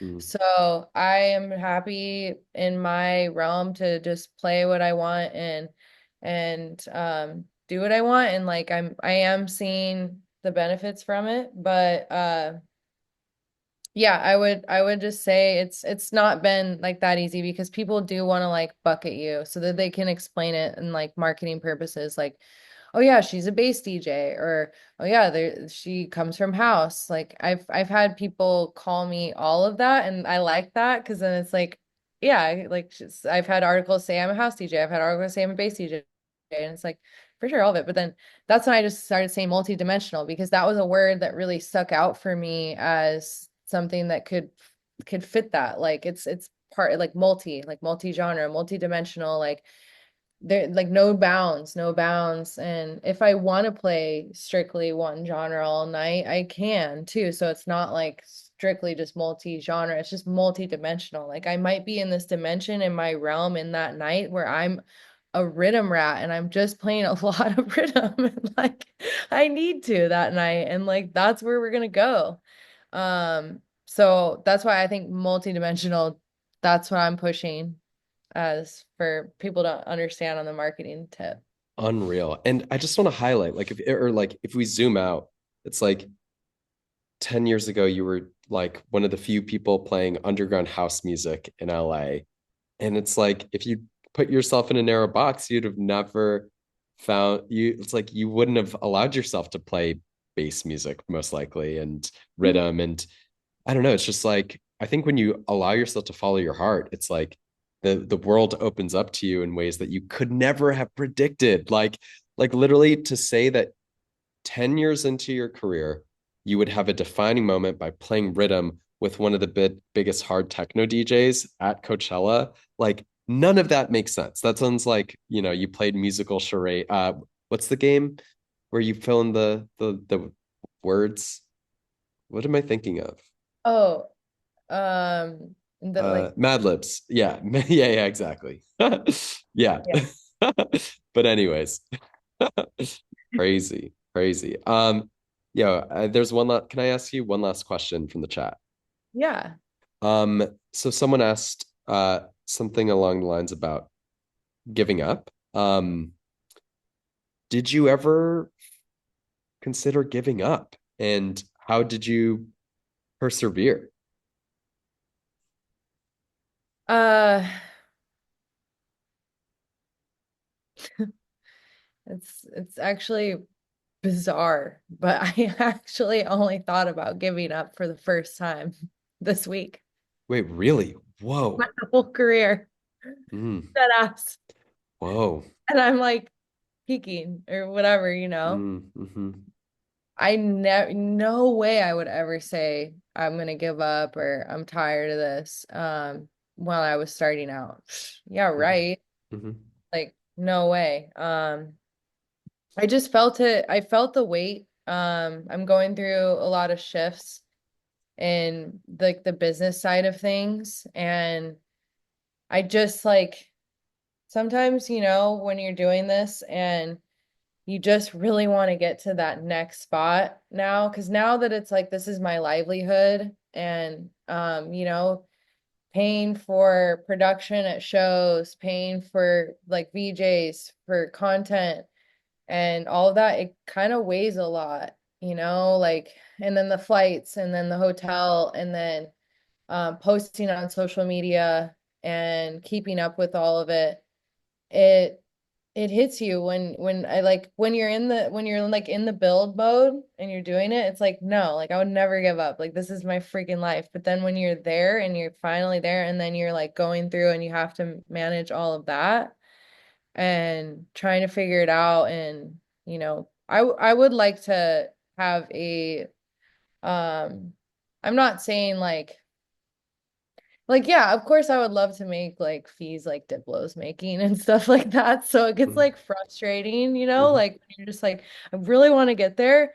And so I really had to tap in with myself this week and reset, because I started noticing this pattern that I had this week of like where I've been like feeling and wanting, to make the money that I really want to make and like have all this so that I can pay for more people, like to bring VJs on the road, bring tour managers on the road, bring a social media videographer on the road, have like all of these people like so that and then like we can all go out to steak dinners and stuff like after like I just like I had this like that take over, and I actually talked to my mom and she was like, you've never said this before and like gotten so worked up over money and like what you're making. She's like, be careful. Don't do that. You're gonna lose the love and the creativity. And so that hit. And yeah, I'm actively going back to my the stuff with that I've told you about before to Mhm. build back within myself, because I don't want to be that way. I don't want to go down that route. And but yeah, I definitely have like a lot of hunger and goals that I want to meet. Obviously the goals that I wanted to meet before were make people dance Mhm. and be in these places and play for everybody. But now like the goals are getting to the next levels of like, I want to be able to provide for myself and like buy a house one day, or like, like and like do that stuff. So it's then the other pressure comes in. I want to have a whole team that like is living fruitfully off of me and like all of that. So that stuff I think hit, and then I was just like, I don't know, like it just seems so hard to Yeah, get. 100%.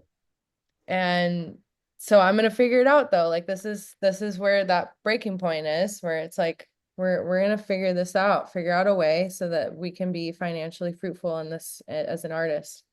100%. Oh, Alyssa, I really appreciate your vulnerability to share what's going on with you. And one thing that I just very much relate to, you know, and I hope that everyone here can take this with them. It's like, I feel like such an interesting part about being an artist is we constantly face these challenges from when we first begin, and often it's like the challenges can be like internal and external, but internal ones could be like, can I do this? Like, am I good enough? Imposter syndrome, perfectionism, like these types of, sort of internal challenges. And Alyssa, I don't know if this resonates with you at all, but I feel like as an artist, when you can overcome these challenging obstacles, like, oh my gosh, my first show, oh my gosh, like my first time playing in a real club, or like my first time opening for an artist that I really admire, whatever it means, like my first time making a song, my first time releasing a song. All of these moments can be so scary from the very beginning. And I feel like in so many parts of being an artist, as you grow, it's like going to the gym and you get stronger, but then the weights get heavier. And then you're back to square zero of like, oh my gosh, can I do this? You're Like, still out of breath going up the stairs, like right? still going. Does that resonate with you?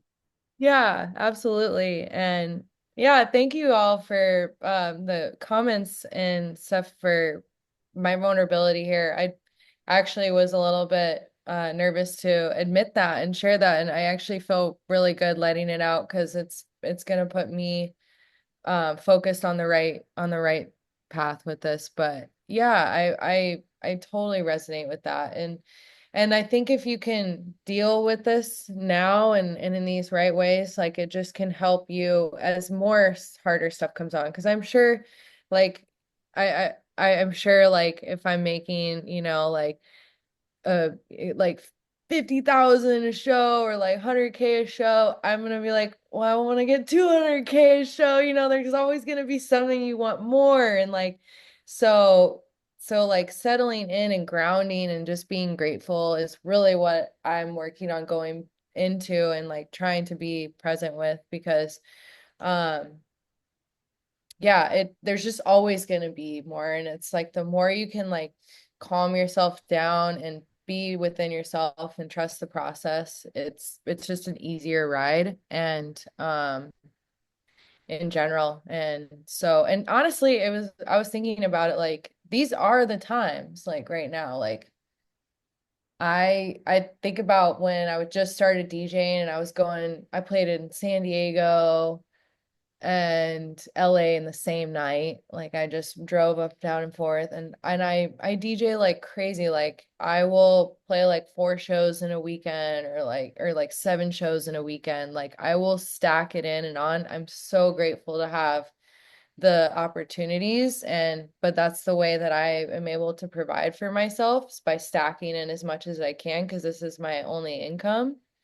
And like I think maybe when I'm at the point where it's like I only need to DJ, once a weekend or once a month to pay my bills and stuff, I might miss that grind. I might be like, damn, like those were the freaking days. So I want to like keep staying present in this moment because I think about, yeah, when I was doing those shows in LA and San Diego, driving up and back and forth with my little squad, and I was playing those and playing for 20 people. Like those were the days too. Yeah, Those were 100%. awesome days.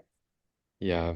Oh, so inspiring. And yeah, I just yeah, it's just, so appreciative to be able to get these insights on your journey and the qualities that you have, yeah, sort of, that have gotten you all of these amazing, all of the success and, like it's just such an exciting time to catch you. And, you know, Alyssa, love you so much. And I'm so excited for you. And, just want to say, I'm here if you ever want to talk, like I feel like, yeah, being an artist, it comes with so many challenges, but I also feel like it's so interesting. I feel like that's kind of one of the reasons it's so worthwhile, right? Like, you Yeah. know, does that, do you feel me on that? 100%. Yeah, like I told you, the element set, for example, it was so challenging to get to, and it was the most rewarding set in my life Mhm. at the time, like, and I look forward to the more to come and the challenges and the side steps and like figuring it out and getting through stuff because yeah, it makes it all worth it in the end. And like, and that's when you have to have a strong head on your shoulders and really trust and believe in yourself because like the bigger you get and the more people that find you and get to know you, they'll always have maybe a perception or a different idea in their head of like how you got to where you got or why you're where you're at. And you can't sit and try to explain yourself to everybody and try to make it known who you are. And there's just a lot of power in allowing people to just let them think what they want. And in yourself what you put in, and like your love that you have for this, and your journey, and that you have the strength within to keep going. And um, having that strong sense of self is the biggest recommendation I can give to anybody in here that is aspiring to get to bigger stages and build a life off of their art. Okay, so I feel like Alyssa, you've just dropped so much wisdom and knowledge and inspiration. I want Love to it. flip it back on the squad who's here. Can everyone put in the chat what's one thing that you want to take away from this conversation, from this story? One thing that really resonated with you, that you want to hold on to. Lock in, faith, don't give up. Uh, don't be afraid to jump, keep going, create, trust the process, and drop the rhythm. There's only one you. Keep being authentic. So much I need to digest 100%. What do I fear the most right now? You always had the power. You always had the power and forever will. Be yourself. Push through shit days at work. Fearlessness. Be brave. The path is going to be crazy, but worth it. I'm my number one fan. Trust the journey. Connect with those you relate to. Always get back up. Get a printer. Scrappy. Be yourself. Oh, unreal. Can also for anyone who wants to keep Guy in. will show up. Wait, what'd you say? Never know when Guy will show up. That's so good. Oh my gosh. Unreal. Oh, um, dude, And what I put a lot of these quotes. They're like things like I they come to me like I just channel a lot of these like inspirational because it helps me and like things that I've learned. I put a lot of them in my Instagram channel. I saw someone mention that. So if anybody's ever looking for inspo, like I'll drop stuff in there on the channel to just hopefully like get you gassed up for the free day. unreal. Also, before I forget, people, once you drop your Instagrams, just in case you want to connect with anyone here, I forgot to put the chat up from the Lammer conversation, but I'll do that this time also. And then let's see, Connor, did you have a question? Yo, Uh-huh. somebody in this chat set up a Discord for Alyssa. Like, the chat was so passionate, somebody set up a Discord for you. So, like, that's a thing now. That's amazing. Thank you Connor? for announcing that. What's That's up? amazing. There's Unreal. yeah, somebody named Haven in here. Like, you need to connect with them, Alyssa. Like, that has to happen. That's so cool. That is so cool. Oh, unreal. Connor, thank you for the heads up. Droppinz Discord. Let's go. Let's go. Poppin'. Yeah, no, Poppin'. everybody in this community, Justin, that you've like cultivated here is so sweet and just like I some of the hardest workers I've done because I've seen a lot of y'all out and like I've heard some of y'all's music too. Like you're like developing this fire ass army here. I mean, and Mnemonic too, for like he like the journey that he started with you and then like him and I have played together and everything like Yeah. and we have a track coming out on Wait, Deadbeat. wait, what? Okay, yo, Yeah. dude, I feel Yeah. like Mnemonic Nick, collab. what, Yeah, dude? it's coming out in a month. Yeah. I'm Deadbeats is bitching at me right now because they're still trying to finish that artwork. It has to be the cheekiest artwork ever, and he's taking forever. Dude, But yeah, insane. January 16th, Deadbeats. Yeah. Goes off Dude, when we drop it. let's fucking go. The homies killing it. Dude, that makes me so happy. Yeah, shout out Nick. Everyone check out his music, Mnemonic. Incredible. Dude, Nick, I'm so glad you were able to hang out tonight. And dude, what a cool way to announce that. Dude, Dead Beats, the Yeah. debut. Let's go. Yeah, then I got a full Crazy. 4-track EP after that. But yeah, it should be fun. Very excited. Insane. Insane. Crazy, And dude. it took me 7 months of my manager texting their A&R every 2 weeks for them to finally. And actually, what it took is the fucking back-to-back of my drop-ins, honestly, because he was texting. My manager kept texting him over and over and over, like every month. So like, I even have a manager. I have all this shit. Like, it's still like impossible to get your music heard.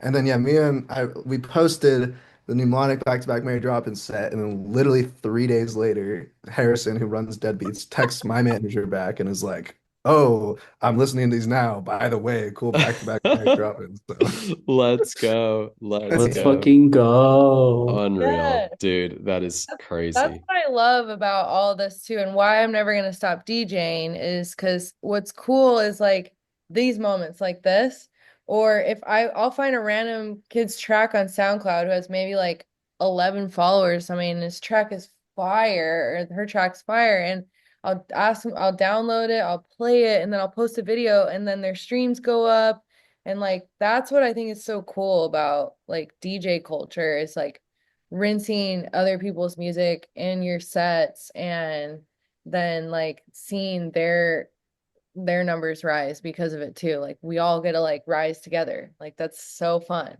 It's insane. And yeah, just so beautiful how, yeah, your energy just lifting others up and championing great music. It's insane.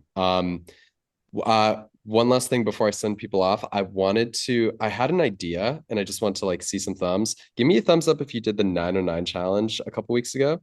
Okay, sick. For those that didn't, I'll send it out, but I want to do a little 909 challenge review session this weekend, and I'm deciding between Saturday at noon or Sunday at noon. Could you put in the chat if you have a preference? Noon PST.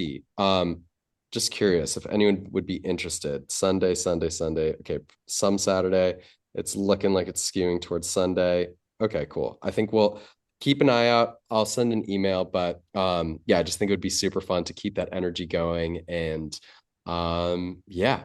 Anyways, what a sesh. I think yeah, Alyssa, you've been so generous with your time, your energy, your wisdom. I think out of all the guest lectures we've had, this has definitely gone the longest. And I think that's like in sort of like aligned with just like how much crazy wisdom and knowledge you're just like you're the volcano, you know, like it's crazy. So oh, I love you so much, Alyssa. Can everyone make some noise for Mary Droppins? Let's fucking go. Let's Yeah, let's Yes. go. Yay. Mega Addie. Mary Unreal. Droppinz. Yeah. Oh, Hey, but So much Unreal. love. Get So your much love. whippets.